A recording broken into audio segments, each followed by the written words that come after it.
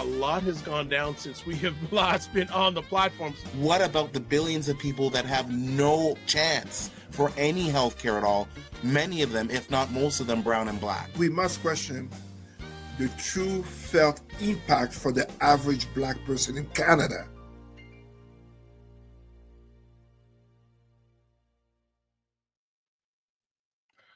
Keep on doing. What is up, everybody? It's Dr. Vibe here, host and producer of the award-winning Dr. Vibe Show, the home of Epic Conversations, and I'm the host of Epic Conversations.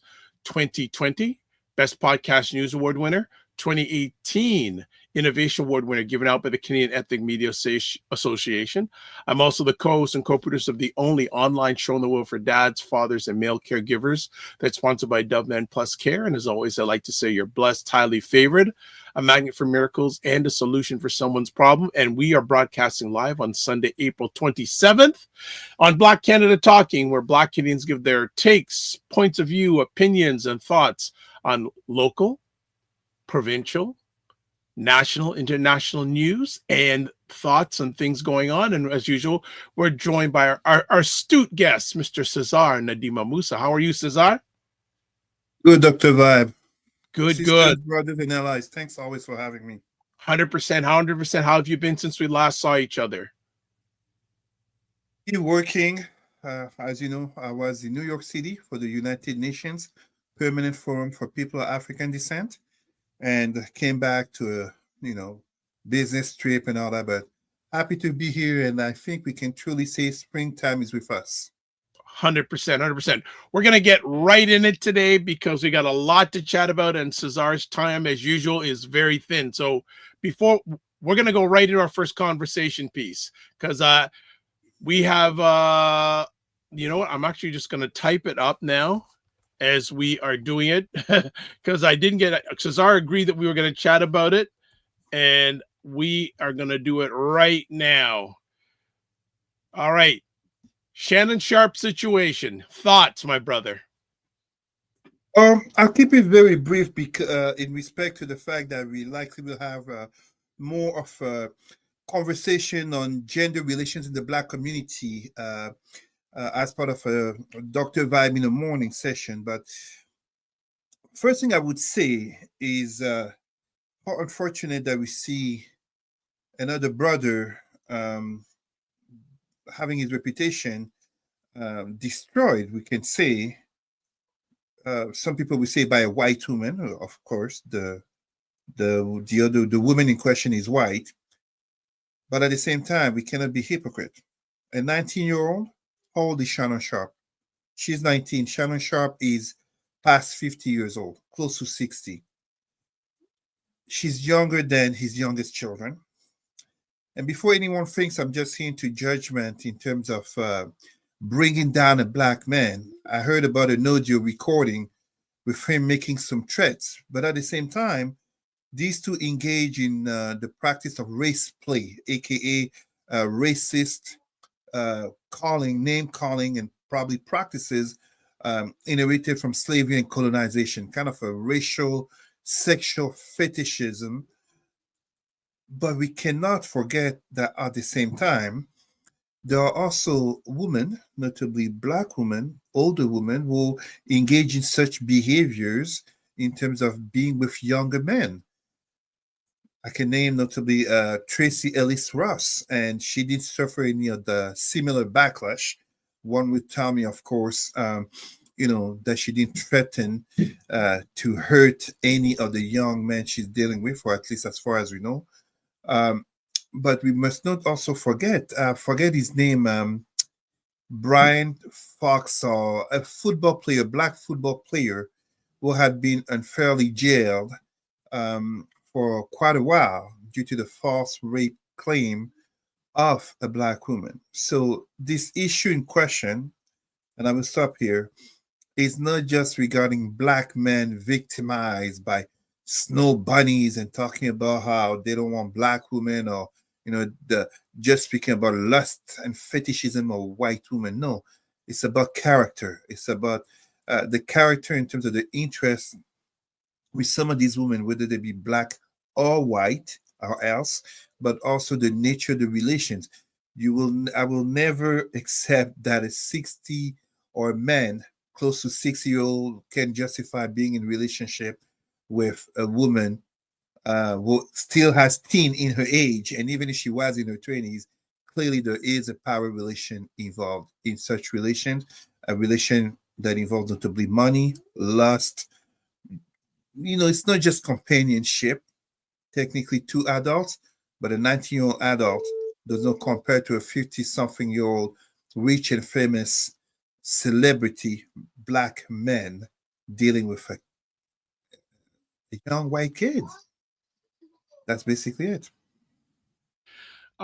Before we go to break, you always bring up the three ills of the black environment. I didn't want to say But you know I'm not going to let you away with that. So we got to at least get a little bit of take on that. Because we will talk about it in just a moment. But it's kind of like I'm like people are like, okay, he's gonna talk about the cancers. What's the cancer angle? But it's right there in front of us. It's right there in front of us. Again, we see entertainment. Look, and I say this with much respect to all our brothers and sisters who are in the entertainment community. The revolution will not happen without the entertainers. Motown was there in the 50s and 60s. Miriam Makeba, aka Mama Africa, was there standing against apartheid. The revolution will not happen without our entertainers, without our artists. But I'm talking about the toxic black artists who are deeply ingrained into racial complexes, into lust and fetishism, will basically bring shame to our race. Don't get me wrong. It wouldn't be better if it was a black woman in such situation or situationship, we should call it, with a 19-year-old white boy. But once again, we see this type of stories, this type of narratives. Remember, Tiger Woods, what his wife looked like, and then what his 30, 40, 50 mistresses look like. Time and again, time and again. And of course, the notion of consumerism basically is buying young flesh. I'm putting the onus of the blame on him. We can absolutely address this white. I can't even call her a white woman. She's 19. This is a white girl who is still a teen. Whatever the reason, and we can absolutely why would you 19-year-old want to be interested in a 50-something-year-old man? But he's rich and famous. How does Madonna get young black men? How does Cher get young black men? And of course, with religion, it is proven, anyone was offended by it, it's proven. The psychology of religion proves that when people who have been enslaved and colonized by those of a different race, it creates an inferiority racial complex to them in terms of looking up to them. And as such, when it comes to religion, I often talk about Mary for Christianity and Aisha in Islam. The ideal woman becomes that white woman, that white European Christian woman, that white Arab Muslim woman, the ideal, that kind of how do you call that? Trophy pole that like, look at me, I've succeeded. It's not accidentally that we see so many black male athletes, artists, musicians with white women. It does not mean that we can't have a serious love relationship. I don't oppose interracial relationships. There's plenty biracial / mixed people in my family and among my in-laws. But we have to be honest about addressing the psyche, the psychology, consequences of centuries of enslavement and colonization and systemic racism in the upholding of white women in terms of beauty standards, in terms of proof of success as a professional, as an artist, as anything and everything, as basically, how do you call that? To enter certain circles. It's much easier if your wife is blonde hair and blue eyed than if she comes in dark skin with an afro. Let's be real. So I don't want to throw Shannon Sharp under the bus. because there is clearly an attempt of manipulation by this young girl. I refuse to call her a woman. She's 19. But at the same time, we cannot deny that beyond having offered her, I think from what I heard, $10 million to keep her mouth shut, we cannot deny. She said no. But of course she said no. Someone advised her. If you are a young white woman who slept with a rich and famous black man and he offers you $10 million to shut up, ding, ding, ding, ding, ding. She probably has some black friends who told her, girl, aim for more. Well, it's the same lawyer who tried to catch Jay-Z. So this gentleman has a pattern of going after, some would say, black men who, there's a lot of things moving parts of this situation. And it's the fault. It's the fault as a man. And, we will have that conversation, regarding gender relations in the black community. But as a man, and I'm speaking as being a man myself, until you learn to exercise control over your lust, your desires, aka your penis, you will never be truly in control of your life. You will never convince me that a man who just got offered or signed $100 million deal, I believe, to ESPN, could be so foolish to waste it all or to risk it all to a 19-year-old basic average. Like, this is embarrassing to the ancestors. This is not what MLK and Malcolm X died for. Mandela and Sankara and Lumumba didn't die for this. Marcus Garvey didn't die for this. This is not the black liberation we're talking about. Too many black men have taken the notion of black liberation starting in 1967, Loving versus Virginia, aka you can sleep with white women and marry white women and you won't be hanged. That's literally civil rights for too many black men. There is a problem. And don't get me wrong, I'm not sparing the sisters who are into this fashion of swirling, aka looking up to the white man as more loving and blah, blah, blah, and blah, blah, blah. Racial inferiority complexes are seen through the true cancers of the black psyche: entertainment, consumerism, and religion. This is very sad. It's a dishonor to the race, once again. All right. Before we go to our break, we have a comment here from David Legrand Cordoue saying, Shannon said, quote, I don't date my age. Let me date my wage, unquote. Consumerism is really a cancer in this community. Quote, I am because I can consume. My salutation to my brother David. Brother Vibe, when David writes, you know what I mean? You've been watching Paris in France. Oh, very nice. Very nice. Yeah. Appreciate that. That's fantastic. Well, thank you, David. Because you believe in Cesar, that's why you're here. Not because of me, it's because of Cesar. So that's most important. All right. Before we go, we're going to go to break. And when we come back, we have a myriad of conversation topics, as always. And Cesar, we're going to see Cesar in action also. So get ready for that. We'll be back in 30 seconds. Vibe Black's Restaurant Week, an amazing week, a flavorful week. We are eating good. It's a national campaign created to promote Black-owned Canadian cuisine, food trucks, pop-up kitchens, and chefs. Go out, taste the food, enjoy it, and get to know us and to get to know our culture. Puts the spotlight on Black-owned dining establishments right across the country, not just here.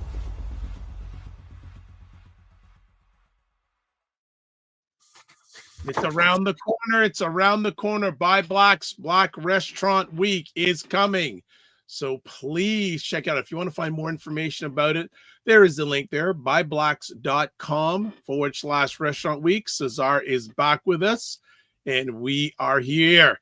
And we have another comment here. David says, salutations, you brothers. Right back at you, David. Looking forward to your comments during our Epic Conversation Day. Before we get down to it, subscribe to the Dr. Vibe Show.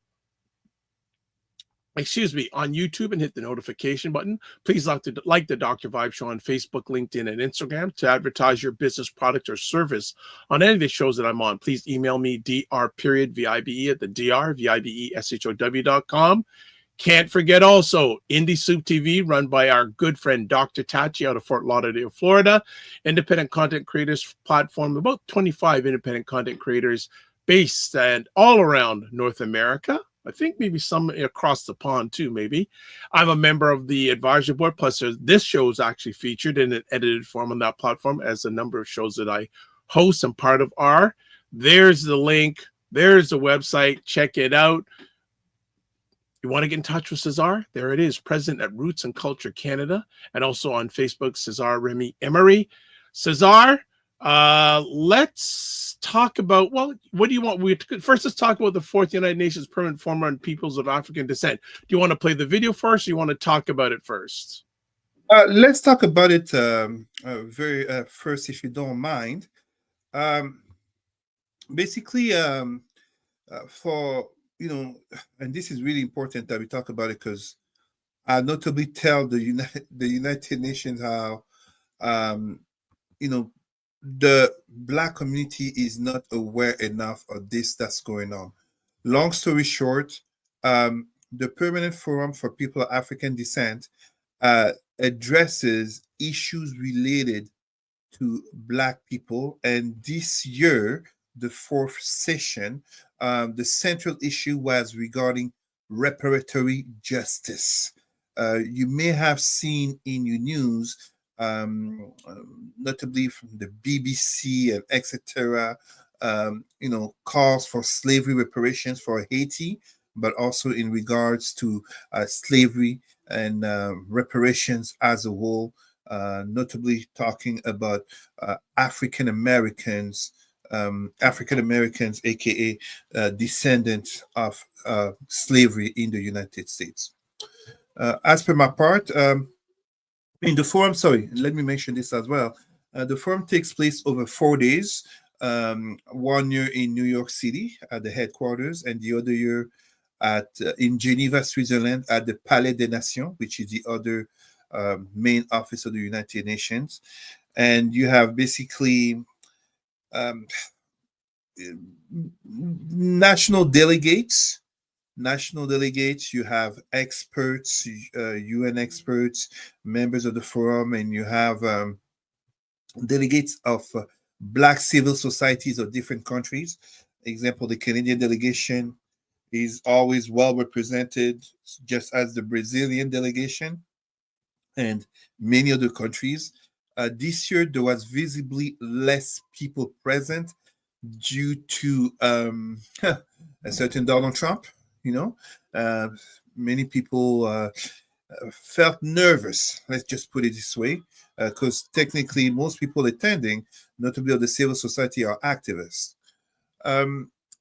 Nothing is perfect, but the forum is always in improvement in terms of the processes. And one of the things that have happened is that I've been tasked with submitting recommendations of improvement to the chair Kimani. This came notably as you would imagine, I was to speak on the fifth meeting, which was regarding systemic racism, of course, my topic of predilection, but I didn't get to speak. So when I was talking about some of the issues in terms of the processes, people got upset. I raised my hand as a good boy, as a good student, and they came to see me, and I had a conversation with the chair. He liked the recommendations, three quick recommendations that I gave him from my observation, as it is my third consecutive year representing Canada, and thus he will invited me not only to submit recommendations, but gave me a promise to speak. And what happens in the video we're going to see, each meeting, so at the United Nations, each meeting lasts 3 hours, basically 10 a.m. to 1 p.m., and then 3 p.m. to 6 p.m. We were in the sixth meeting, so the 3 p.m. to 6 p.m., and honestly, 15 to 20 minutes to the end, I was seeing that I was not going to speak, and I was about to get up and go to the washrooms for a pee break, and feel like my trip has been wasted. And suddenly my name was mentioned, and between what I wrote that I was going to speak on and what I talked about, I was not planning on speaking on the three cancers and artificial intelligence, but that is what I talked about. So it came out very well received. I mean, we can play the video. Everybody, Yeah, we're gonna play it. And before we go to the video, we just want to say, JJ Mar says, "Hey, Dr. Vibe, I decided to check your Sunday show out today. That is fantastic. You're usually on the Saturday show with Aisha and Lala. Good to have you here today." So before thank you. Welcome. Yeah, absolute welcome. And I'm confident you're going to enjoy what Cesar has to share. I know you have some other comments. We'll get to them later on in our conversation today. But let's get to Cesar, who is here with us in this video. So here we go. Cesar Ndema-Moussa. Thank you so much, sisters and brothers and distinguished allies, to be here. I'm taking a moment in addressing the fact that as we speak of the growing digital divide, but also of artificial intelligence, I don't want to add to all the great comments and all the propositions that have been made, but I'd like to offer notably some roads of solutions of improvement, notably for the forum. Let us look at the possibility as at Roots and Culture Canada, where I am the president, I have observed that our race, the Black community worldwide, suffers from three cancers of the Black psyche. The first one being entertainment, in which far too often our Black people, women, men, and youth are depicted negatively, notably by our very own. So as we are here in the permanent forum, where are the Black entertainers of this world, such as Jay-Z, Burna Boy, Beyonce, but also Oprah? Can they not be sponsors of this event? And as we speak about AI, as we speak about technology, where are the means that they bring to the cause? Let us dare to confront them with that. The second cancer of the Black psyche that I address is consumerism, and how the Black community is not poor, but mismanages the finances due to a legacy of slavery and colonization. And as such, I ask the question, with this new technology coming, the new industrial age, to call it what it is, where are the African Union, but also African nations beyond the three countries of the Sahel will make us so proud? Where are they to really come together and to also assist Black communities in truly uplifting our own and notably uplifting our youth? Allow me to give the example of the artist known as Prince, who, when he died in 2016, it was discovered that he was actually funding coding for Black and Latino youth in the ghettos. This is an example that we can use.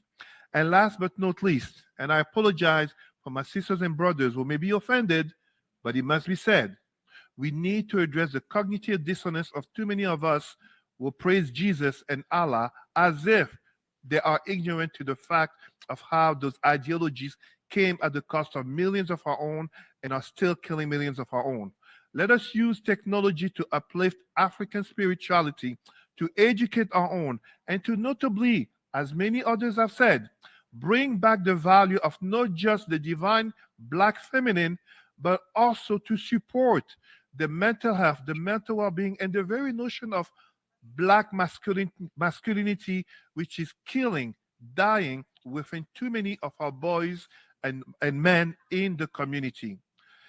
As I finish, last but not least, allow me to remind you that as we are here on the indigenous land of Turtle Island, us, whether we are descendant of slavery or descendant of colonization, we must never forget where we come from, Sankofa. We must never forget that we are one, Ubuntu, and Kemet, the mat. We must never forget Kepri, the renewal of our soul. And as such, I give you, as a Sawa from Cameroon, Asia. It will be fine. Let us stay together. Let us be family in love, respect, and always in togetherness. Thank you all. Muchas gracias. Very nice, sir. Very nice. Very, very nice. And you notice I slid in talking notably about gender relations in the Black community, as indeed many talked about the divine Black feminine, which I absolutely support. But let us not pretend that we can talk about divine black feminine and dismiss addressing the divine black masculine, which feminine as masculine are corrupted by the very notions of, the gender relations of those who enslaved and colonized us, whether we talk about feminism or white beauty standards, or as we were talking about Shannon Sharp, the lust. Where is that rich white male celebrity caught in a scandal with a very young black girl? I don't know. All right. Anything that you take away from this forum that we need to know about? I would say, and this is a warning that I gave. It was not so. This I made other speeches, by the way. Notably on slavery, on many other topics, education, etc. But this one, those are the main general speeches, right? And the 2 minutes limit. One of my recommendations is to cut off the mic so more people get to speak. But they were kind enough to let me speak for, I think, 3 minutes and 14 seconds. But one of the main takeaways from these forums, this is the fourth session. Not only we must ensure that most Black people are aware of such happening. And this is notably where the value of entertainers coming to the cause. Like I was saying, the revolution cannot happen without artists. Without artists to, as they're closer to people, as it's easy to imagine instead of what's her name, Cowboy Carter, if Beyonce has stayed on Lemonade mode, even doing country music, but just even her image, and she would show up or appear at the forum as we are in New York City, Beyonce or Oprah, imagine the impact it would have. Now, as I say this, it's also important to understand it may be the fourth session of the Permanent Forum for People of African Descent, but technically, every forum that we have, every session that we have, speaks to the fact that progress is not truly happening. Speaks to the fact that, if we are still there in 20 years, in 50 years, what is truly the power relations nature in which Black people are immersed in? And as such, it is not enough to have meetings in, an important and symbolic place as the United Nations. I always remind everybody, whether it's in New York City or Geneva, let us be careful not to create some new type of Black bourgeoisie, aka, activists who have been to the United Nations to address Black topics. To the average Black person, whether they be in New York, whether they be in the United States or Canada, Brazil, France, and all the other countries of the world that have Black people, it means absolutely nothing to have made a nice speech, and powerful as it may be at the United Nations, if the realities beyond systemic racism don't change. So that's something I always remind them. And again, the African Union, the African Union has to be more involved. The Caribbean nations have to be more involved. Involved, not just in terms of bureaucratic affairs at the United Nations, but just like, I'll think you the example of the Chinatowns. One would be foolish to think the Chinese community, the Chinese government does not have an interest in the prosperity of Chinatowns worldwide. This must be the same regarding African nations, Caribbean nations, and the African Union. Excellent. Our producer, is asking, please, can you enunciate a little bit on the last of the 3 C's, especially as it applies to Jesus and Allah? It's very simple. Black people, I forget the name. My gosh, I forget the name. A great Indian professor, I forget the name. This was in an interview, Indian from India. She had talked about how if India and China had enslaved and colonized Africans, today, African/Black people would be praying to, would be Hindus Buddhist, Taoist, etc., instead of Christians and Muslims. The cognitive dissonance that too many Black people suffer can be very clearly seen in one sentence. Black people hate everything about slavery and colonization except Jesus and Allah. The cognitive dissonance to know, and I give this very firmly as a former Christian and a former Muslim who has traveled to Christian and Muslim nations. The descendants, I didn't have enough time, maybe I will say it next year in Geneva, but I've said it in the separate meetings we had. The descendants of the king can never consider as equal the descendant of the peasants. People can argue with that all they want. It is a fact. Just as much as the descendants of the enslavers and colonizers can never consider as equal the descendants of the enslaved and colonized. And we see this very well in African countries. Notably, I remember in Senegal about 10 years ago when they had the presidential election, because in an odd twist of fate, the departing president was a descendant of an enslaving tribe, while the person who was becoming president was a descendant of a tribe that was enslaved. And when we talk about racial relations, as long as the descendants of the enslaved and colonized stay in the ideology of those who enslaved them and colonized them, they can never be seen as equal. Black people hate to hear this, but this is also part of the reason why they keep being humiliated. I give a perfect example. How many times have I not heard Black Muslims, such as Somalis, complain about how Arabs are racist? And how many times have I not heard white Arab Muslims of my own eyes and own ears tell them, see you Friday at the mosque praying to our religion? And they're right. So Christians will say Jesus, Black Christians will say Jesus was not white. Black Muslims will say Islam is not an Arab religion, it's a religion of the world. Meanwhile, the main prayers in Islam are Arabic. They're known in some African language. There was a famous case of a Black imam in Western Africa who prayed the main prayers in his native tongue. He was arrested.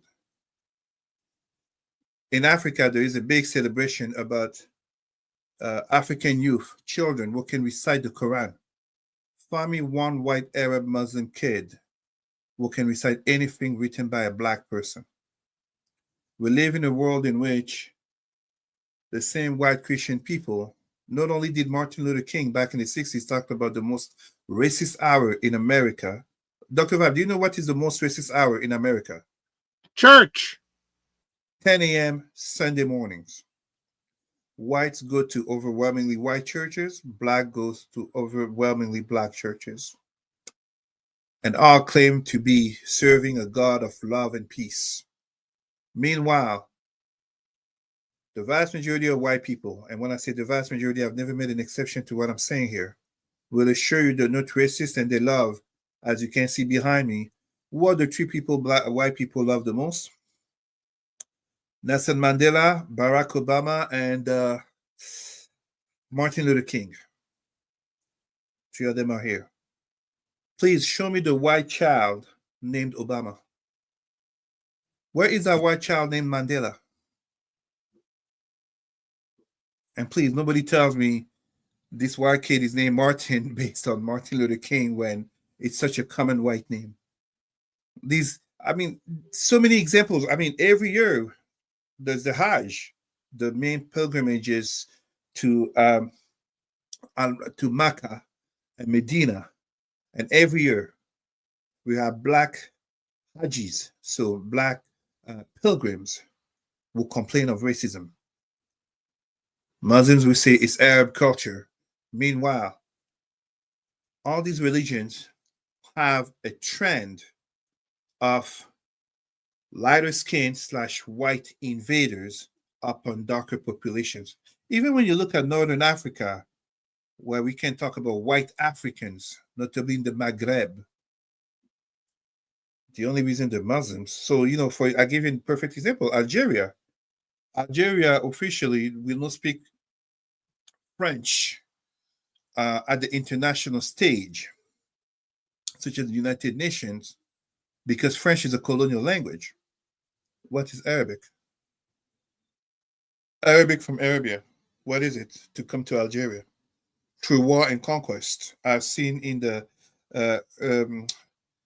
middle 7th century when they defeated the Kahina, La Kahina. So it's a cognitive dissonance, and please don't get me wrong. I do not say this with any,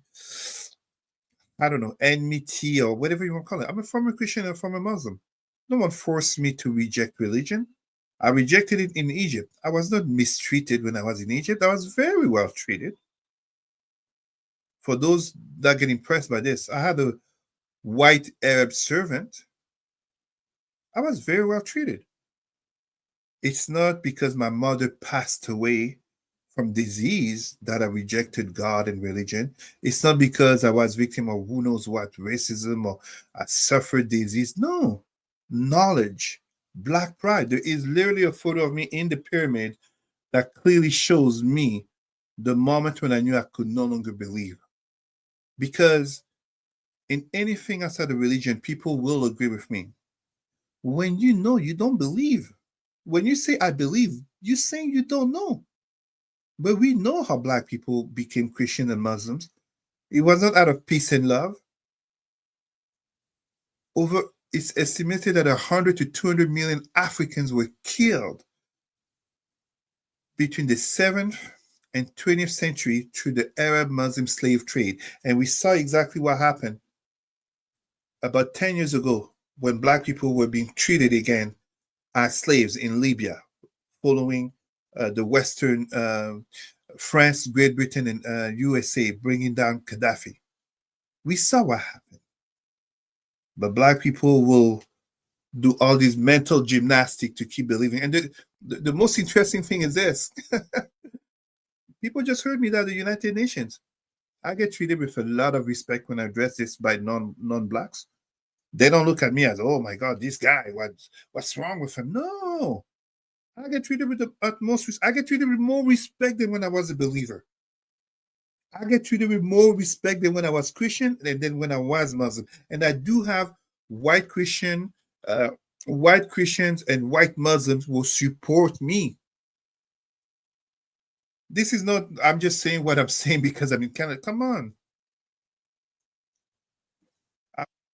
Sake of time, but yes, so it's a conversation. And I mean, I presented on Black religious trauma, which is the term that I coined. I presented on it at the international stage on religious forums, etc., etc. So this is not, like being at the United Nations an opportunity to slide that in. My speech of last year in Geneva, I addressed the representatives of Saudi Arabia, congratulating them for the development of the country, but encouraging them to tackle anti-Black racism in Saudi Arabia, notably from the Quran to the treatment of Black pilgrims. So this is not, nobody comes thinking that, no. As they say in the streets, I'm real. I don't play. No. All right. That is fantastic. We went a little bit longer than I thought of, but hey, want to make sure. It's okay. We got time. Okay. All right. My wife came home and she took her daughter to the park. Okay. Good. I don't want the boss of the house is number one. I felt free to speak. Okay. That's fantastic. All right. Thank you so much for sharing and going deep dive on that. That is fantastic. All right. Tomorrow, if you're watching this on the 27th of April, 2025, we have a Canadian election happening. And as always, Cesar has been talking a lot about coming out to it. And if all things go right, you're going to see us tomorrow night. I got to speak to Cesar after we finish to see if we can make some times that we can pull apart the conversation pieces. Look at this. So Jason Mars says colonizers forced Christianity in order to subdue their populations. Gross hypocrisy. All right. Just wanted to make sure. Now, leading up to this, in the back, we've had some good things said by a number of gentlemen. So let's get them up here before we get into the Canadian election. Jerry Freckleton says, hello, Cesar. Why do Black people not vote Conservative in Canada? Jerry also says, also, would the Liberals be the lesser of two evils? In your opinion? JJ Marr says, Jerry Freckleton, I live in the United States. Your comment was interesting. I'm sure Black Canadians vote their interest just like we do in America, conservative or liberal. And then Jerry says, back to JJ Mars, I was wondering, in Canada, is it in Black people's interest to vote liberal or conservative? In America, it is clear voting Democrat makes sense, but in Canada, it is unclear. And then JJ Mars goes to Jerry, actually, Black folks voting for the Dems in my country often does not benefit our community. History has demonstrated this. I'm not endorsing the GOP as well. Cesar, with all that lead up, and it's nice to see both of them coming back. Oh, that's great. Good conversation. What do you have to say about the election and the comments of both those gentlemen, Jerry and JG Mars, have shared? If you don't mind, let's make it easier. Let me address the comments of the brothers in the chat because it absolutely links in with what I was about to say. As I've said before on the show, I think it was maybe even 2 weeks ago when we did talk about the Canadian elections. Black people don't exactly vote so much for the Liberals in Canada or Parti Socialiste in France or the Democrats in the United States out of loyalty.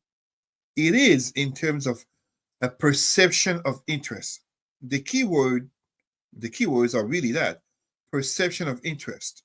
You cannot be surprised that people will have been able to come to a country thanks to immigration, just as for those who are born in that country, or whether we talk about in terms of slavery and colonization, those who have gained freedom and social justice reform, progressive policies through a party, will feel a perception of interest aligning with a loyalty to that party.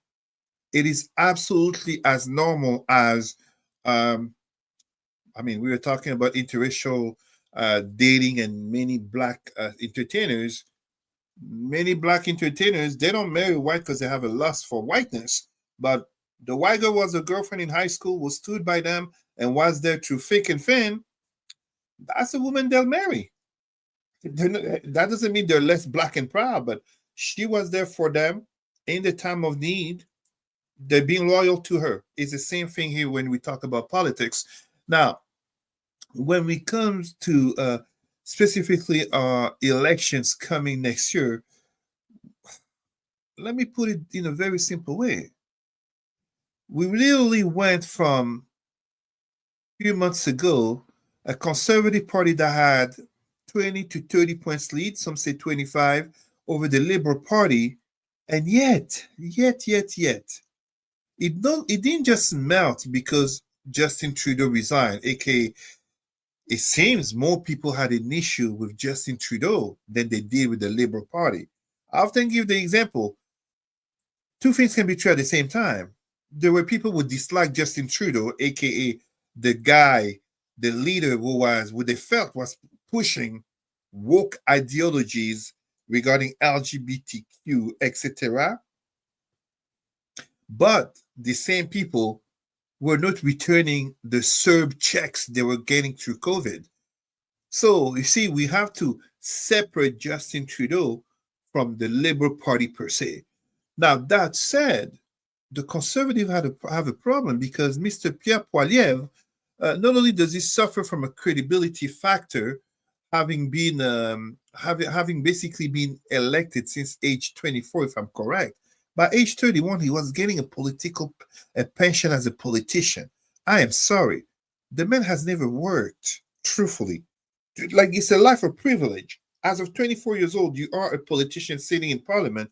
It's a life of privilege. So for many people, there is a disconnect in terms of being able to take him seriously. At the same time, and notably regarding our brothers and sisters, Mr. Pierre Poilievre opposed the protest by indigenous peoples, just as he does not recognize systemic racism for Black people. This is the same man, a white man, benefiting a white privilege, who went to show support to the Freedom Truckers in downtown Ottawa early 2022 during COVID.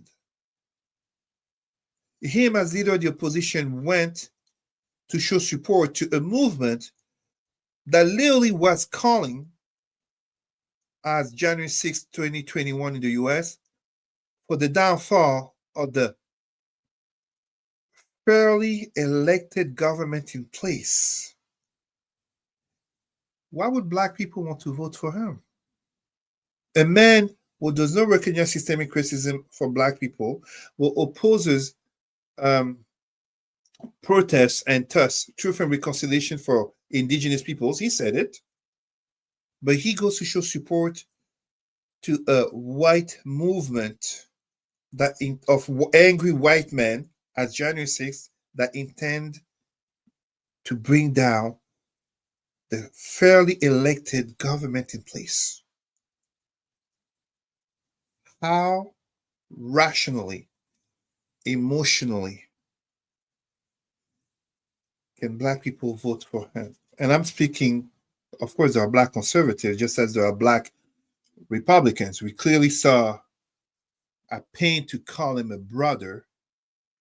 He's a brother by skin, but definitely not by ideology. Byron Donalds, just as so many others, like Sir Michael Singleton. I'm sure it's not Singleton, his last name. I always get it mixed up. But the Black analyst for the Republican Party, these Black Republicans as Black conservatives are greatly disconnected from the Black community. They are on the fringe. They literally take humiliation after humiliation to try to justify keeping on voting for parties, especially for leaders who do not hide their lack of interest for the Black community. It doesn't mean that you cannot have, I give the Canadian example, a conservative leader who may be good for the Black community. I mean, Dr. Vibe, allow me to say this on your show for the first time publicly. The best thing that can happen to the conservative, the best thing that can happen to them, and I'm saying this as there are talks about not only the liberals winning, but the possibility of majority government, surprises me. I didn't see that coming. The best thing that can happen would be, for the Conservative Party, would be a defeat of Pierre Poilievre, which would lead for the next term to a certain Doug Ford going federal. I've always said that. I've always said that.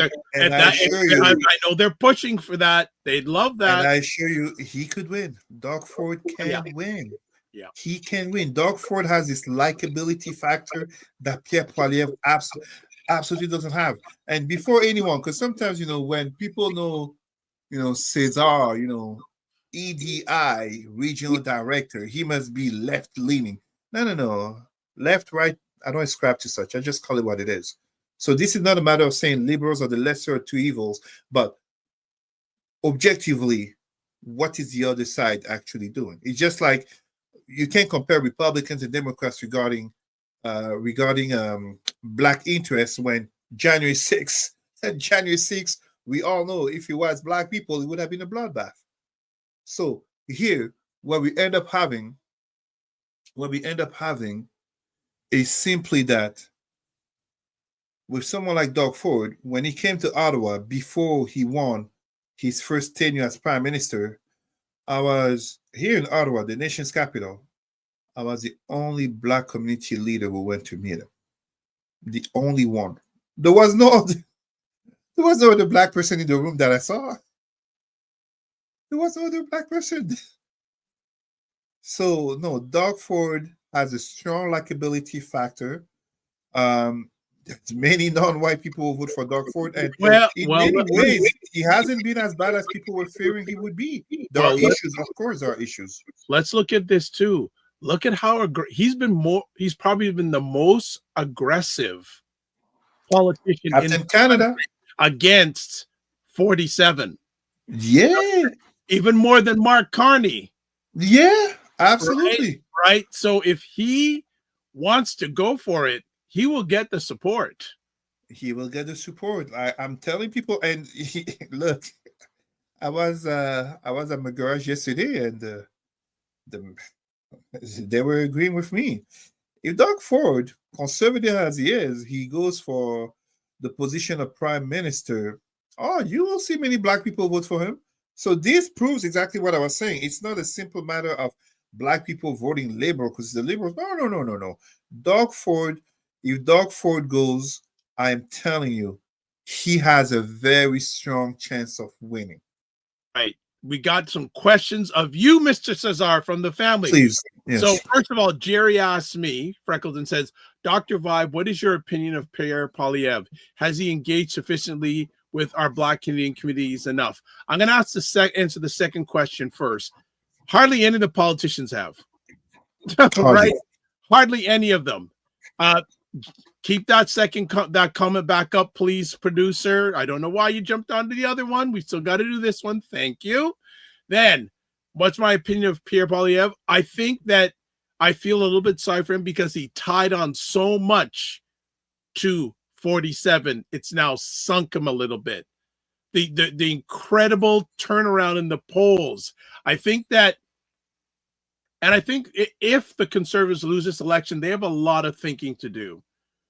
Because when Trudeau resigned, they were still in the fly, and then when 47 started to go with this tariff thing, they weren't ready for it. They took too long to respond for it. They had a member of their supposed party, Doug Ford, a conservative in Ontario, be more upfront about it than they were, and that was a big missed opportunity. There you go. Right? Now, Go let's ahead. be fair. The federal conservatives are not in power. They haven't been in power since Stephen Harper in 2015. Yeah. Ontario, Doug Ford's conservatives are in power. And I mean, some people will say Alberta. We know in Canada, truly, Ontario is the #1 province in terms of economic strength. And as such, #1 partner in regards to the United States. So, but this is Doug Ford being Doug Ford, coming forthright, coming really endorsing. He's won 3 elections in a row. That's something too. 3 elections in a row with a majority government. Bang. That is impressive. Yeah. That is absolutely impressive. But further than that, when we talk about Pierre Poilievre, to honor Brother Freckleton questions here, the campaign manager of Pierre Poilievre, isn't there a certain, I forget her name, Leslie Lewis? Is that his manager? No, but she is a black woman. Yes. Who competed for the position, and she finished maybe 3rd. Yes. How come she was not utilized notably to carry to black votes? But of course, it's a bit hard to do if you don't recognize systemic racism. Because when you come to the black community, it's basically, what are you going to do about police brutality? Oh, we support the blue. What are you going to do regarding racism in the workplaces? Oh, merit and work harder. Pull yourself by the bootstraps. This type of white narratives are basically the black community will look at you like, why did they send you? They could have just sent any white person. It would have been the very same thing. There you go. So no, they haven't done enough. Yeah, I think I respect him as a politician, but I think his think tank, if they lose the election, they're going to have to do a lot of deep thinking. You know what? If they lose this election, they're going to be in the same situation as the Democratic Party is in the United States. They got a lot of thinking to do on how and obviously it's a little bit of different circumstances, but again, I saw this election is very similar to the U.S. election, right? It's worse. This election is worse. Yeah, you had the U.S. president resign, someone new come in and take over, but they lost that election. Here, you had Trudeau resign, Liberals behind, they look like they may at least get a minority government out of this election. So Yeah. both parties are going to have to do a lot of thinking, saying what's going on, because Kamala Harris was ahead, they lost. Pierre Perlov was ahead, lost. But this is worse. Poilievre was ahead by 25, 30 points. Yeah, that's catastrophic.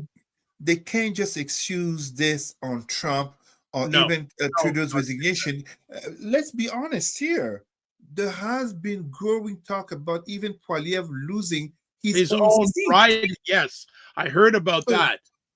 But you know what, folks? I'm speaking that Cesar and I will be on live on the 28th in the evening. We're going to chat about it offline. So make sure you follow tomorrow. Yeah. As of what time, Dr. Vibe? Do we know already the time? What's good? Well, what, 8 or 9 o'clock? What do you think is better? The polls close 9 o'clock in the east, which is the heaviest part of population. Oh, okay, good. I have to put my daughter to bed. Okay, well, we'll probably look at, so follow me wherever you follow me on platforms, especially on YouTube. I'll post something either late tonight or early tomorrow, during the day tomorrow. Cesar and I will be on, and we'll invite some other people on who want to come in and give their takes on the election. Next question. There's a lot of questions for you today. So, okay. I'm glad the Queen went. Jerry says, so Cesar, do you find Black conservative compromised and not, quote, authentically, unquote, Black? Oh, this is an excellent question, my brother. Oh, my brother got me going. Like, these are... Forgive me, but I have this expression. I have a friend of mine, a PhD, Michelle Dostaler. I have this expression. She would tell you about it. I call it an intellectual orgasm. If you ask the right question at the right time, this is exactly what it is. So let me answer our brother Freckleton here. It's not about authentically Black. Who am I to claim someone is not authentically Black in a world of white supremacy in which, whether you are Martin Luther King or you are Uncle Ruckus, I think everybody can have an idea of Uncle Ruckus, the racist white cop will still kill you. So the Blackness that I'm speaking of, and I give a perfect example if you don't mind. I think his name, Brother Freckleton and Mars, as they are in the United States, may know this. Black American General Langley, who talked at the U.S. Congress, I believe, regarding the Mali General Ibrahim Traore and gold, talking about America having to do an intervention. You're speaking about Michael Langley? I think the general, yes. The Black African general. It's the United States Marine Corps General, Michael Langley. There you go. So many Black people are offended by his comments regarding, this African general, the spiritual descendant of Thomas Sankara, was making us so proud. But the Blackness that I speak of is not one of skin. When we talk about Blackness in terms of the world, that's what the world sees. The world doesn't care that you are a Black intellectual or that you are a Black rapper or Black criminal. You will first be seen and judged by your Black skin. I am speaking of the Blackness of the mind. In that sense, Brother Freckleton, I will agree with you. Black conservatives, not because of conservative, I say all the time, the Black community in vast majority, 80+%, vote liberal, Democrat, vote to the left. But the reality of Black communities is that they are conservatives. I can talk all I want about Black people leave Christianity, leave Islam. The reality is that the majority of my brothers and sisters, whether they be Christians or Muslims, etc., in the homes, in the communities, are more conservative. A perfect example, LGBTQ organizers are not going to do the parade, the pride parade, going to a Black neighborhood. That would not be the smartest thing to do. Let's be honest here. But in regards to Black conservatives, whatever the country we're talking about, there is a cognitive dissonance, but also a calculation of interest to side with those who are openly or covert racist. And I will give a perfect example. What's his name? The black intellectual, Thomas Sowell. Thomas Sowell, Sowell, is a perfect example of that. Some people will call him a coon. Some people will call him whatever term. But we have a problem when we have the Thomas Sowell, the Candace Owens, now Kanye, aka Kanye West. We have these black people, as I gave the example, Byron Donalds and Dr. Vibe. Remember last year, I'm forgetting his name, South Carolina. The the black guy man was you're running. talking- I know you were talking. I'll get his name in a moment. Exactly. He was running for.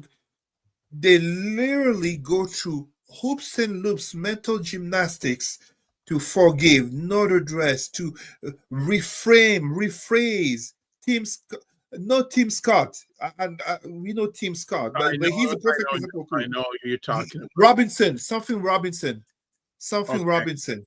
Yeah. Mark Robinson, I think that was his name, Mark Robinson. Absolutely, these people, these black people who are proudly conservative, will go through hoops and loops to justify the behaviors of Trump, will stay silent when Pierre Poilievre in Canada goes to support the Freedom Convoy. They will not be hanging with these 5 black leaders up here. And yes, we can discuss Obama, absolutely.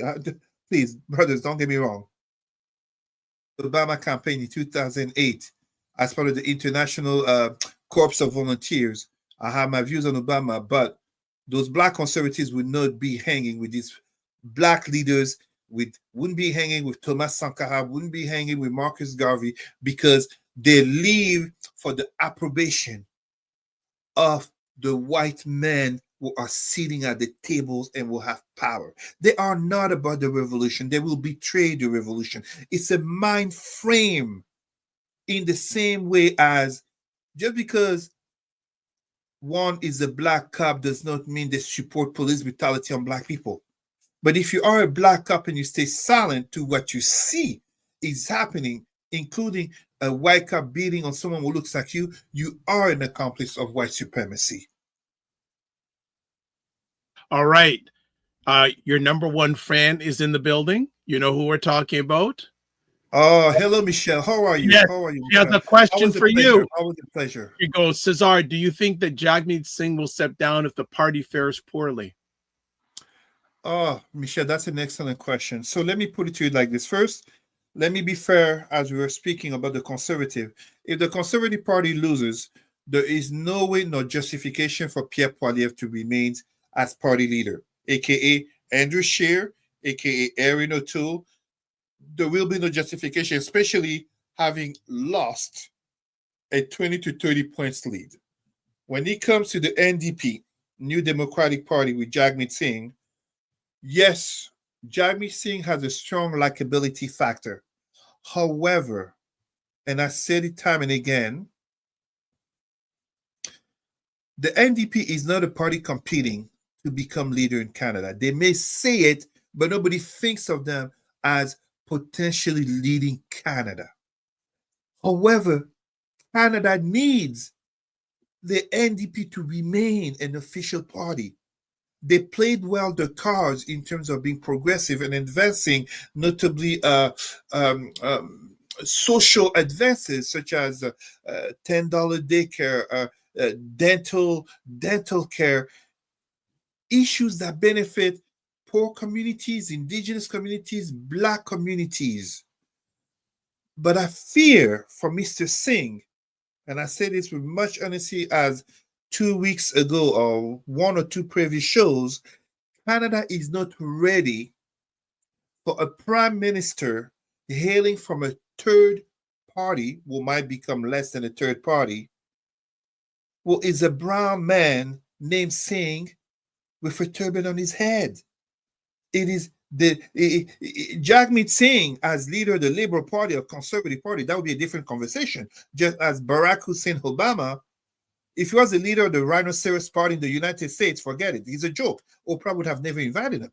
Let's be honest here. If the party does poorly, And if I'm not mistaken, I believe this would be his third federal campaign. I think so. He would have to resign. And I say this not so much in terms of people asking him to resign. I think he should have himself the humility and acceptance of the reality that the last premiership of Justin Trudeau is the best and closest I think the NDP has ever gotten. They were basically on the scale of power. They were the tipping point to giving the Liberal the majority for the bills that needed to pass. I don't think more can be done. He has done his part. He is not a Jack Layton. Jack Layton had the charisma, the likability, the image that could have brought the NDP to become the official opposition. Yes, some people may say they have been at some point. No. I'm talking about a strong opposition and potentially to form government. It will not happen with Jagmeet Singh. So interestingly, Pierre Poilievre apparently is at risk of losing his seat, and so is Jagmeet Singh. And I've had conversations with representative of the NDP, and I tell them Canada needs a strong NDP as a third party to play the tipping scale, to play on the tipping scale of power. It's beyond Jagmeet Singh. It's about Canada. Which is something America doesn't have. Which America doesn't have. Right. But there are talks in the U.S. for, not only are there talks in the U.S. for Trump to go for a third mandate, there's also talk about MAGA becoming a third party in the United States. Okay, let's put that aside. Now, next comment, JJ Mars says there's a big difference between black conservatives and white conservatives, in my opinion. But it's not false at all. It's not false because, no, sorry. I have to disagree in terms of big difference. Look, we are here talking about political ideologies of Western Christian backgrounds. You're going to be a black conservative saying what? Exit Christianity? What kind of black conservative will say that? You're not a conservative. You're going to be a black conservative saying supporting Planned Parenthood? What kind of conservative will say that? The black conservative, and please don't get me mistaken here. Overwhelmingly, whether we talk about black conservative, black liberals, in terms of the ideologies, it is in reference to white mainstream ideologies. A black feminist can call herself black feminist all she wants. She is ascribing to a white ideology of feminism. She's putting a black lens to it, and as such, if we go further down the road, that's where we can talk about intersectional feminism. But ultimately, and this is one of the critiques I make regarding a black intelligentsia, where are our own paradigms, our own ideologies for people to refer themselves to? I'm a Pan-Africanist. I am a Pan-Africanist. It is born, created from black people, for black people. Someone show me a white Pan-Africanist. All right. Oh, it does exist. It does exist. But how many people can show one? Meanwhile, we can name plenty black conservatives, black liberals, black feminists, black in white.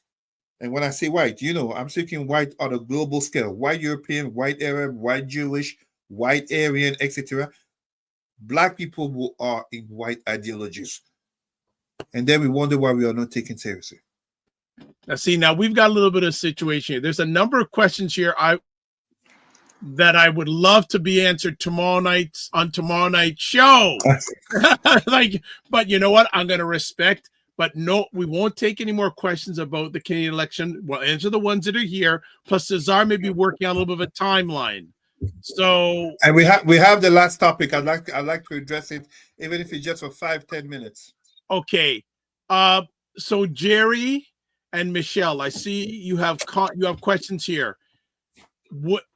can I ask a favor? You can put in the comments section. I haven't said the question. Please take that down, producer. Please, thank you. That I prefer to ask them tomorrow. Answer them tomorrow night. Can you write in the comment section if you want us to answer Cesar to answer them now? Great, but I think also they would be good for tomorrow night because so I'd like in the comment section, are you comfortable if I take these questions down and tomorrow evening they get answered? It's up to you. You're the audience. You have all the questions. Both of you have great questions, and I lose in time because they could get into a whole much longer than maybe Cesar has available. I just want to see what happens in the comments. So I'm looking for both of you. If I don't hear anything from you, I'll push forward to our last conversation topic. But as I said, I will answer them whether you're here or not tomorrow night during our election recap or post law. Okay, I haven't heard anything, but there was a comment here by JG Mars saying, in America, I view the NOI, which is a Nation of Islam, as a true Black conservatives regarding social, economic, and political issues. Okay, so Michelle says tomorrow is fine. Thank you. Great. Jerry, what do you say? So Michelle, I'll make sure I'll copy your question. We can get it answered tomorrow night because I think that's a tomorrow night answer. And Jerry, I'm not hearing anything from you, so I'm going to respectfully move on to our last conversation topic because I don't know how long Cesar has. All right, this Tuesday, it's the first 100 days of 47 in office. Cesar, before you comment on it, I have a little video to show everybody in regards to how 47 is doing in the polls in the first 100 days. So it's only a few minutes of video. So let's play it now. Tuesday will mark President Trump's 100th day in office. We have a brand new CNN poll showing Americans are turning on him after propelling him back into office just 6 months ago. According to this brand new poll, Trump's approval rating now standing at just 41%. To give you some context, that is the lowest for any president at this point in his term in the history of modern polling, going all the way back to Eisenhower. This beats the record Trump himself set at the 100-day mark of his first term back in 2017. Trump's approval sliding down 7 points from just late February. There's very little good news in this poll, and for the president, and CNN's chief data analyst, Harry Enton, is joining us here in Washington to break down the numbers. Harry, very good morning to you. Good morning to you. You're here, brand new polling. Where are we 100 days, almost 100 days into President Trump's second term as compared to his first? I mean, these numbers are just horrible. There's no way to sugarcoat it. And the first way we'll sort of point that out is we'll look at where Donald Trump is now versus where he was 100 days into his first presidency. And you see it here. You don't have to be a mathematical genius. 41% approval of him now. It was 44% back in 2017 around the 100-day mark. And what's so notable here is that throughout his second term as president, he tended to be running ahead of where he was in his first term. No longer is that the case. He has fallen below where he was at this point in his first term. Of course, this is just Trump. Let's compare him to other presidents. And I really think this kind of puts a bow on it. And you can see it here. You see the 41%. That is 12 points below Joe Biden. That's 3 points below where he was in his first term. Look at where Obama was, 63%. He's 22 points below that. And George W. Bush at this point in 2001, he is, I mean, again, 21 points below. And as you pointed out in your opening, Jessica Dean, I look back at all of the polling you possibly could long before I was born. And Trump's 41% at 100 days is the worst on record. He has broken his own record for being the worst. The American people do not like what they are seeing at this point from Donald John Trump. It's just also amazing to see the 60s, long, not that long ways ago. Away. Yeah, now Trump ran obviously on immigration and the economy. What kind of marks are people giving him on those two issues? Yeah, okay, so let's take a look at the issues, right? Because it's not just about overall, it's about the issues. There's only one data point where Trump is above 45%. It comes to his handling of gender identity policy. He's at 51%. Every other issue, immigration, where he has long been above water. Look at this, below water, 45%. How about the economy? My goodness gracious, he was elected to fix the economy, just 39%. And of course, the tariff war, 34% on that. I mean, the bottom line here is just very simply the numbers for Donald Trump are awful awful, awful in this poll. And then, of course, you look again on the economy, we compare it to where we were back in 2017. You see the 49% there. Look here, 39%, 10 points below where he was. I'm going to make the green mark a little bit better there, 49%. And again, I went back and looked at all the presidents I possibly could since 1977, and Donald Trump on the economy here, it's not just the lowest for this term, it's the lowest for any president on record 100 days into a presidency. Just no bueno, Jessica. That is really remarkable. Okay, so how confident are people that he's going to use the office of the presidency responsibly? Yeah, okay, so we're talking about the issues. Let's just talk a little bit here about just the overall way that Donald Trump is going about his business, right? Use presidential power responsibly. No confidence Trump will. Well, back in December of 2024, it was 46%. Look at where we've jumped to now. 54% of Americans have no confidence that Trump will use the power of the presidency responsible. And so this just tells you on every single different data point you could possibly look at, whether it be Trump's overall approval, whether it be the issues for Donald Trump, or how he conducts himself in office, all of these numbers are pretty much terrible for Donald Trump at this point. And so you just see it here, 54% who say that no confidence he's going to use presidential power responsibly. It's just no good, Jessica. All right, Harry, thank you so much for walking us. Dr. White, first let me say, I really like Harry. All right. There we go. All right. So 100 days in. Two things that must be, I want everybody to understand this from the start. How can you be surprised that a man a billionaire, privileged, entitled man who dodged the draft, notably who has accountability of anything and everything, including I think it's called statutory sex assault or something like that, to January 6th rioting. His companies have declared bankruptcy 6 times. How can you be surprised at his handling of the economy as he was obsessed with the notion of tariffs in an age in which all the experts have warned and clearly said everybody loses in a tariff war? The second thing I want to mention, we are April 27. April 29 will be 100 days. So I really think the damage to Trump will really be felt May, June, at the end of June.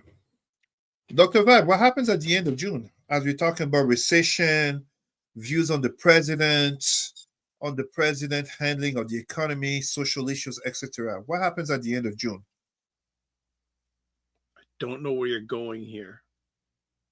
School is over. That's right. Summertime. The kids are home. The kids cost more. You got to entertain them. You know, it's just an interruption here. Earlier on this week, the CEOs of America's three of America's biggest retailers, Walmart, Target, and Home Depot, went in to the White House and basically told 47, if you don't turn this around, shelves are going to be empty in a few months. Shelves are going to be empty. People are going to lose work. What happens this summer? The summer is hot. The heat impacts the brain. Well, you know what? You have said in previous conversations, the summer's going to be hot. It's going to be a hot summer. It's going to be a hot summer. People laid off. The alcohol, the anger, the gun. In Quebec, they have this expression, jamais deux sans trois. Never two without three. I am not wishing an assassination. My gosh, this is not my language. I oppose political violence. But you know what happens to people when they lose their work? When it's hot out there, we started with COVID, an increase in domestic violence, but that was a pandemic. You can't go shoot at a pandemic, at a virus. This is self-made crisis by the ego of one man, and those around him are being too cowardly to stand up to him. This is what we're dealing with. So literally, it's going to be a very hot summer. So when we're talking about Trump's 100 first days, 3 things not to forget. You can bully people, but you can't bully everyone. Columbia bended the knee. Harvard didn't. This And is what happens when the number one prestigious universities decide to make a stand? That university or college that nobody knows about suddenly feels like, hold on a minute. This guy is there for 4 years, but Harvard has been there for how many years? Harvard will be there after Trump. Suddenly, courage becomes contagious. People start to see that, hey, you know what? All right. Even the Supreme Court is starting to stand against him, including the very judges that he put there, including even our favorite brother in justice, aka Clarence Thomas, voting against Trump, which is sending a message. And I'm saying this notably as a judge was arrested, Duggan. Yes. There you go. So you see what I mean? It's growing. Courage is contagious. And third, but not least, and this might be the worst aspect of this, and it comes back to, as we were talking about, summer is coming. China didn't buckle. China didn't buckle. And the thing that's dangerous for China, if I recall my numbers, owns 3/4 of US debt, aka the second country after Japan, holding US debt. But at the same time, China, you see, as here we are in Canada talking about we need to have less dependency upon the United States in regards to our economy. China is literally, if not the number one, the number 2 country in terms of trade with the vast majority of countries of the world. AKA China is a factor of the world. AKA you look at the European Union. And they're signing a lot of deals with countries now since they don't want to deal with the US. Of course. When you look at the European Union, what's the geopolitical? So for our brothers and sisters and our allies, it's important. You see, look at the European Union. So we're going to understand the United States. Let's look at the European Union, what happened. Geopolitics in the European Union was defined by 3 countries. Cheap energy from Russia, military protection from the United States, and cheaper goods from China. And if we want to add a 4th one, cheaper labor from Africa. Your strategic position here in a changing world in which Russia is now seen as an enemy, the United States is now seen as an enemy, as regarding the position of Ukraine, but J.D. Vance comments regarding Europe, Donald Trump, etc. China is in a position in which the future is very bright for the CCP, for the Chinese Communist Party. The future is very bright, with many nations not wanting to do business with the US. To tariffs. And well, even apparently, I am not in the White House. I cannot pretend the opposite, but the president who says there are talks going on with China, and China is saying, what talks? There are no talks. They put 145% tariffs, which basically becomes like an embargo. Chinese goods not going to the US, but the rest of the world is consuming Chinese. And when I say consuming Chinese, Ford, GM, Stellantis, Tesla, there is a car maker that is growing in the world. It's just a matter of time until we start to see them in our streets. BYD. Yeah. Chinese e-cars. They're having a wild success in Europe, and it's growing.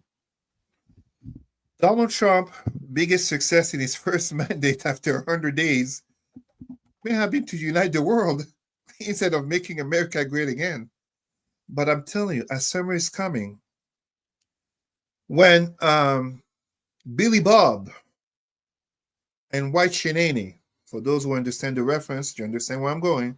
When Billy Bob and White Shanae start to realize that grandma is not getting the check from social assistance, when they realize that everything they need to keep the parents and grandparents alive, when they realize whether they live in a trailer park or not, and I'm purposely playing to racial cliches of MAGA voters in the same way as far too many Republicans and MAGA voters make cliches about our African American brothers and sisters. We don't turn the cheek, we respond in kind. When they realize from the trailer park or from whatever they live in that everything regarding the child will cost more, even if they're shopping at Walmart, and including that the business, if it's linked to tourism, is plummeting because those Canadians, or linked to China. There you go. If it's plummeting, when they start to realize that, that red hat, make America great again, jamais 203, never two without three. There might be another January 6th, but it might not be against Congress. Well, it might be against the person in the White House. Well, Alicia and Lala told me even that red hat is made in China. Even 47 Bible is made in China. I'm telling you. All right. So 2 more comments. We got JJ Mars saying 47's voodoo economic policies will cause a recession. He also says the FBI is turning cash into Kash Patel's own Gestapo, which is true. There's so many more things, but we're going to call it for it today.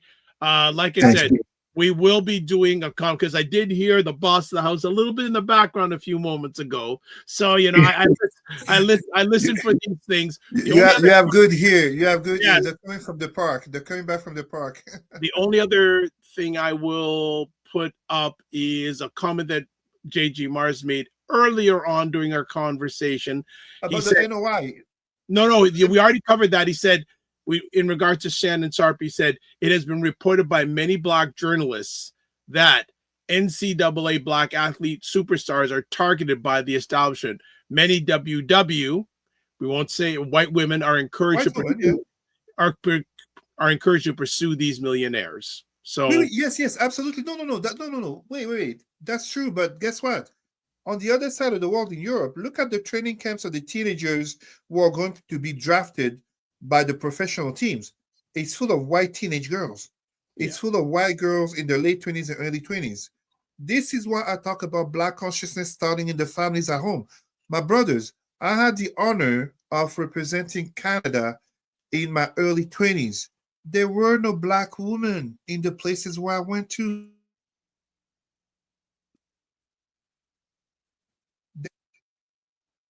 I was that athlete who saw my brothers like, listen, when we went to Eastern Europe in the early 2000s, where was there going to be a Black girl?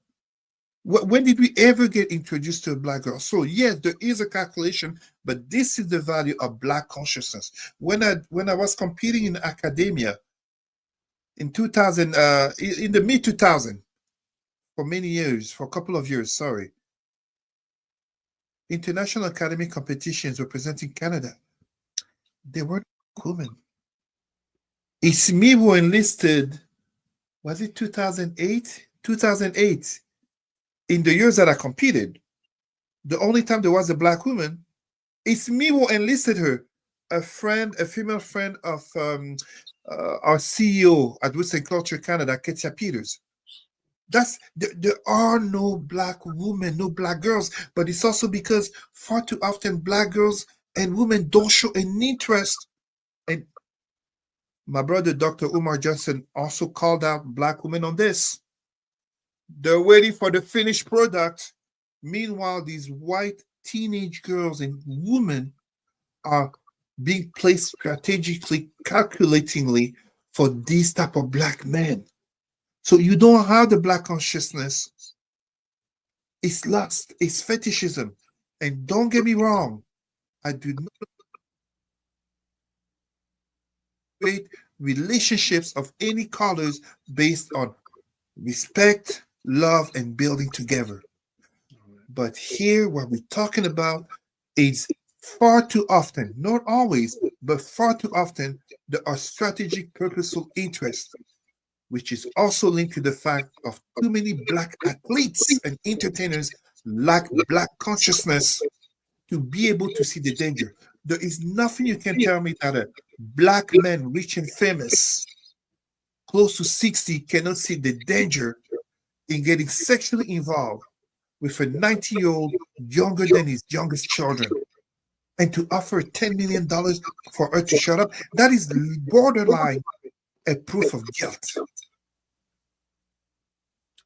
We'll end it on that. As always, please subscribe to the Dr. Vibe Show on YouTube and hit the notification button. Please like the Dr. Vibe Show on Facebook, LinkedIn, and Instagram. To advertise your business, product, or service on any of our platforms that I'm on, email me, dr.vibe at the drvibeshow.com.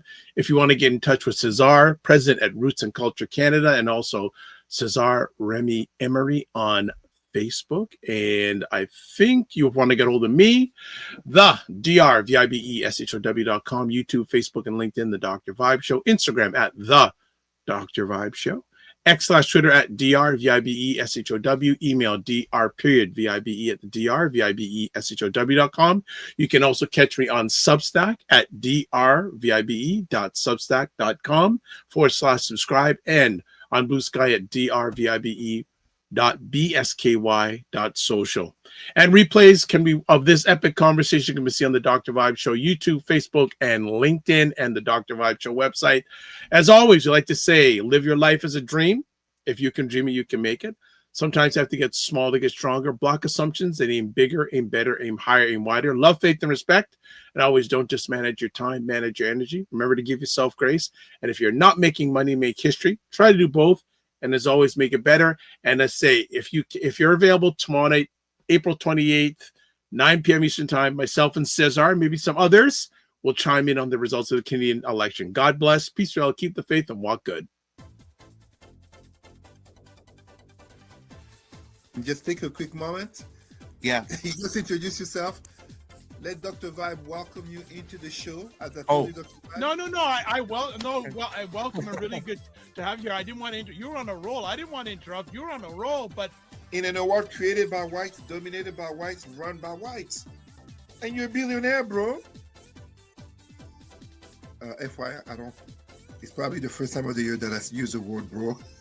Yes, it is. That's the first time, as long as I've known you, you used it. My daughter would laugh. But for many people, the economy ain't great.